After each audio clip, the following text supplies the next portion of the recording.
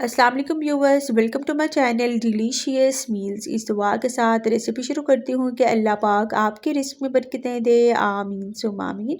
तो आज मैं आप सबके साथ बहुत ही ज़बरदस्त सुपर फ्लेकी और क्रिस्पी चिकन की कचौरियों की एक परफेक्ट रेसिपी शेयर करने लगी हूँ। तो चलिए विदाउट टाइम वेस्ट के स्टार्ट कर लेते हैं आज की अपनी ये डिलीशियस सी रेसिपी। बिस्मिल्लाहिर्रहमानिर्रहीम। तो सबसे पहले मैंने एक पैन के अंदर शामिल कर लिया है अनसॉल्टेड बटर, जो कि तकरीबन 3 टेबल स्पून के बराबर है। बटर को आप अच्छे से मेल्ट कर लें। फ्लेम को मीडियम पर एडजस्ट कर लेने के बाद जब बटर मुकम्मल तौर पर मेल्ट हो जाएगा तो नेक्स्ट हम इसके अंदर एक अदद मीडियम साइज की बारीक कट की हुई प्याज ऐड करेंगे। प्याज को आपने इस पॉइंट पर इतना फ्राई करना है यहाँ तक कि ये अच्छे से सॉफ्ट यानी कि ट्रांसलूसेंट हो जाए। नेक्स्ट इसके अंदर मैं ऐड कर रही हूँ तकरीबन हाफ कप के बराबर श्रेड किया हुआ बोनलेस चिकन।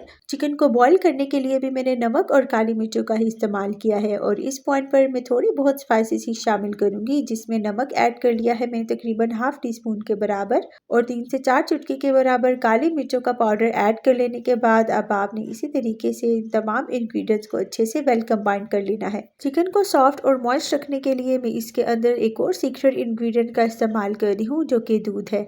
आप चाहें तो इसे टोटली स्किप भी कर सकते हैं, लेकिन इस इंग्रेडिएंट को ऐड करने से आपकी जो फिलिंग है वो बहुत ही ज़बरदस्त और क्रीमी टेक्सचर की बनके तैयार होगी और इसके अलावा चिकन जो है वो बहुत ही जूसी और ज़बरदस्त सा बनके तैयार हो जाएगा। बस लगातार स्पैचुला चलाते हुए आपने इस चिकन की फिलिंग को अच्छे से पका लेना है यहाँ तक कि इसमें जो हमने दूध वगैरह शामिल किया है वो मुकम्मल तौर पर ड्राई हो जाए। तो कुछ इस तरीके से हमारी बहुत ही ज़बरदस्त और मज़ेदार सी फिलिंग बन चुकी है। तो अब हम चलते हैं अपने नेक्स्ट स्टेप की जानिब, जहाँ पर हम कचौरी की डो तैयार करेंगे। डो रेडी करने के लिए एक सेपरेट बाउल के अंदर मैंने 1.5 कप के बराबर मैदा ऐड कर लिया है। नेक्स्ट इसके अंदर मेल्ट किया हुआ घी ऐड कर लें, ये भी तकरीबन 1.5 चम्मच के बराबर है। घी और मैदे को अब आपने अच्छे से वेल कंबाइन यानी कि मिक्स कर लेना है और साथ ही इसके अंदर थोड़ा बहुत टेस्ट के लिए नमक भी शामिल कर लें। इस रेसिपी के अंदर अगर आप ऑयल का इस्तेमाल करेंगे तो कचौरी उतनी ज़्यादा परफेक्ट और खस्ता नहीं बन पाएगी, तो आपने कोशिश करनी है कि घी का ही इस्तेमाल किया जाए। चलिए अब आपने इस पॉइंट पर घी की अच्छे से मिक्सिंग कर लेनी है ताकि घी जो है वो मैदे या फिर आटे के साथ मिलकर इस तरह की शक्ल इख्तियार कर ले।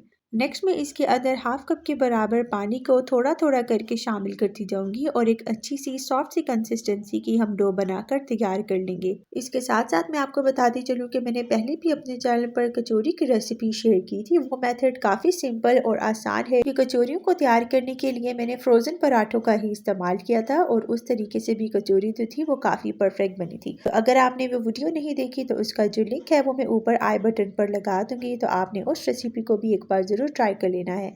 डो को ड्राइनेस से बचाने के लिए मैं इसके ऊपर थोड़ा बहुत घी अप्लाई करके इसे काउंटर टॉप पर ही कवर करके छोड़ दूंगी तकरीबन 10 से 15 मिनट के लिए, ताकि इसके अंदर मजीद लचक पैदा हो जाए और हमें नेक्स्ट स्टेप करने में आसानी हो। कचौरियों के अंदर परफेक्ट लेयरिंग के लिए यहाँ पर हम एक जबरदस्त सी लेयर तैयार कर लेंगे। तो उसके लिए मैंने एक सेपरेट बाउल के अंदर 3 टेबल स्पून के बराबर मेल्ट किया हुआ घी ऐड कर लिया है। नेक्स्ट इसके अंदर कॉर्नफ्लावर चला जाएगा 2 टेबल स्पून और 1 टीस्पून के जितना बेकिंग पाउडर ऐड करके आपने इन तमाम इंग्रेडिएंट्स को अच्छे से वेल कंबाइन कर लेना है। तो कुछ इस तरीके से इसकी कंसिस्टेंसी होनी चाहिए। चलिए अब आपने इस बॉल को कवर करके इसे फ्रिज में रख देना है ताकि ये अच्छे से सेट हो जाए। तो यहाँ पे देखिए दूसरी जानिब हमारी डो जो है वो भी अच्छे से रेस्ट पर आ चुकी थी। तकरीबन 10 से 12 मिनट गुजरने के बाद मैं इसे काउंटर टॉप पर निकाल रही हूँ और इसे अच्छे से रोल आउट कर लूंगी। इस पॉइंट पर आपने डो को गूंदना नहीं है, बस सिंपली हल्का सा प्रेशर देते हुए इसे अच्छे से रोल आउट कर लें ताकि हम इससे आसानी से पेड़ों को कट कर पाएं।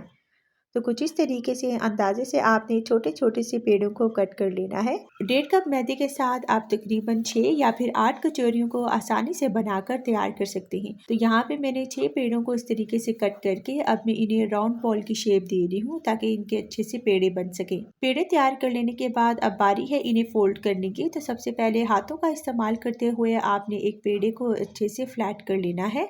फ्लैट कर लेने के बाद जो लेई का मिक्सचर हमने फ्रिज में रखा था उसे बाहर निकालें और इस तरीके से आपने थोड़ा सा अप्लाई कर लेना है। ये तकरीबन हाफ टी स्पून के बराबर मिक्सचर होगा और इस मिक्सचर को आपने इस पेड़े के ऊपर अच्छे से उंगलियों की मदद से लगा लेना है। कचौरी का पेड़ा तैयार करने के लिए अब आपने इस डो को 4 बार इस तरीके से फोल्ड कर लेना है और बाकी के भी तमाम पेड़ों को इसी तरीके से फोल्ड करके आप रखते जाएं। यहाँ पे देखिए एक बार हमने तमाम पेड़ों को फोल्ड कर लिया है। अब दूसरी बार भी हमने इसी सेम मेथड का इस्तेमाल करते हुए पेड़ों को अच्छे से 4 फोल्ड देकर इन्हें फोल्ड कर लेना है। दोबारा से आपने पेड़े को अच्छे से फ्लैट कर लेने के बाद इसके ऊपर लेई अप्लाई करके इसे अच्छे से 4 बार फोल्ड करके छोड़ दें। जब आप इस तरीके से पेड़ा तैयार करेंगे तो कचौरियों के अंदर काफ़ी परफेक्ट सी लेयरिंग डेवलप होगी, जिससे कचौरी बहुत ही खस्ता बन के तैयार होती हैं। इसी सेम मेथड को अब आपने बाकी के भी तमाम पेड़ों के साथ करना है और तमाम पेड़ों को अब आप कवर करके इन्हें रेस्ट पर छोड़ दें ताकि ये अच्छे से सॉफ्ट हो जाएं। तकरीबन 10 मिनट गुजरने के बाद पेड़े मुकम्मल तौर पर सॉफ्ट हो चुके हैं। तो अब हम चलते हैं अपने फाइनल स्टेप की जानिब, जहाँ पर हम कचौरी की फिलिंग करेंगे। सबसे पहले तो मैंने हाथों का इस्तेमाल करते हुए पेड़े को अच्छे से फ्लैट कर लिया है। आप चाहें तो इस पॉइंट पर बेलन की भी हेल्प ले सकते हैं। नेक्स्ट इसके अंदर चिकन की फिलिंग ऐड करेंगे, तो इस पॉइंट पर आपने थोड़ी और बैलेंस क्वांटिटी में ही चिकन की फिलिंग को रखना है, क्योंकि अगर आप ज़्यादा क्वांटिटी में फिलिंग ऐड करेंगे तो इस तरीके से आपकी कचौरियाँ फट भी सकती हैं। कचौरी को फोल्ड करने के लिए आपने दूसरे हाथ का अंगूठा इस्तेमाल करते हुए फिलिंग को अंदर की तरफ प्रेस कर लेना है, ताकि फिलिंग जो है वो इस तरह से बाहर ना निकले और ये अच्छी तरह से सिक्योर हो जाए। तो कुछ इस तरीके से आपने कचौरी को चारों तरफ फोल्ड कर लेना है और जो बाकी के आपको छोटे छोटे से गैप्स नज़र आ रहे हैं, इन्हें स्ट्रेच करते हुए कचौरी के सेंटर में ज्वाइन कर लें और फिर दोनों हाथों का इस्तेमाल करते हुए इसे राउंड बॉल की शेप देकर इसे फिर आप थोड़ा बहुत ही फ्लैट कर लें, ताकि ये अच्छे से कचौरी की शेप में आ जाए। चलिए अब बाकी के भी पेड़ों को मैं इस तरीके से तैयार कर लूँगी। तो यहाँ पे मैंने तमाम कचौरियों को तैयार कर लिया था, तो अब मैं आपको इन्हें फ्रीज करने का तरीका भी बता देती हूँ। तो कुछ इस तरीके से आप किसी भी प्लेट या ट्रे के ऊपर बटर पेपर को लगाकर इनके ऊपर कचौरियों को सेट करके रख लें। चलिए अब मैं दोबारा से इनके ऊपर बटर पेपर लगा दूंगी और इसके ऊपर मैं 2 बची हुई कचौरियों को भी रख रही हूँ। और आखिर में आप इन्हें किसी भी शॉपर या फिर इस तरह का क्लिंग रैप का इस्तेमाल करते हुए इन्हें अच्छे से कवर करके फ्रीजर में ओवरनाइट के लिए छोड़ दें। चलिए अब आपने जिस दिन कचौरियों को फ्राई करना है उसी दिन आप इन्हें फ्रीजर के नीचे वाले खाने यानी कि फ्रिज में रख दें, ताकि ये अच्छे से अनफ्रीज हो जाए। या अगर मौसम अच्छा है तो फिर आप इन्हें काउंटर टॉप पर भी 4 से 5 घंटे के लिए छोड़ सकते हैं। इस तरह से भी कचौरियाँ जो हैं वो अनफ्रीज हो जाएंगी।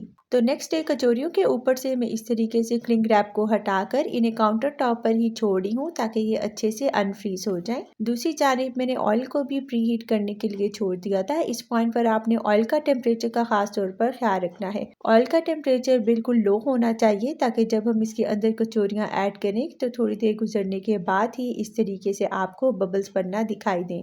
लो फ्लेम पर आपने इस तरीके से कचौरियों को अच्छे से फ्राई कर लेना है, ताकि इनके ऊपर लाइट गोल्डन ब्राउन कलर आ जाए। लो फ्लेम पर हम कचौरियों को तब तक फ्राई करेंगे जब तक इनके ऊपर अच्छा सा लाइट गोल्डन ब्राउन कलर नहीं आ जाता, और फिर आप इन्हें फ्लिप कर लेने के बाद दूसरी साइड पर भी इन्हें अच्छा सा कलर आने तक फ्राई कर लें। मैंने कचौरियों को ज़बरदस्त सा गोल्डन ब्राउन कलर आने तक फ्राई किया था, लेकिन जब ये रूम टेम्परेचर पर आई थी तो ये मजीद डार्क टोन की तरफ चली गई थी। लेकिन इस तरह से भी ये कचौरियाँ काफ़ी परफेक्ट लग रही हैं और अंदर से भी मैं आपको इन्हें तोड़कर दिखा देती हूँ कि इनकी लुक किस तरह से क्रिएट हुई है। तो ये देखिए माशाल्लाह बहुत ही ज़बरदस्त सुपर खस्ता और फ्लेकी क्रिस्पी सी कचौरियाँ बनके तैयार हो चुकी हैं। अब आप भी मेरी इस रेसिपी को एक बार ज़रूर ट्राई करें और कमेंट सेक्शन में भी मुझे आपने अपना फीडबैक लाजमी देना है। कचौरियों को आप चाहें तो ग्रीन चटनी के साथ भी इस तरीके से सर्व कर सकते हैं। ये बहुत ही यमी और बहुत ही ज़बरदस्त लगती हैं। मिलती हूँ अगली वीडियो में एक न्यू और इजी रेसिपी के साथ। तब तक फी अमानिल्लाह।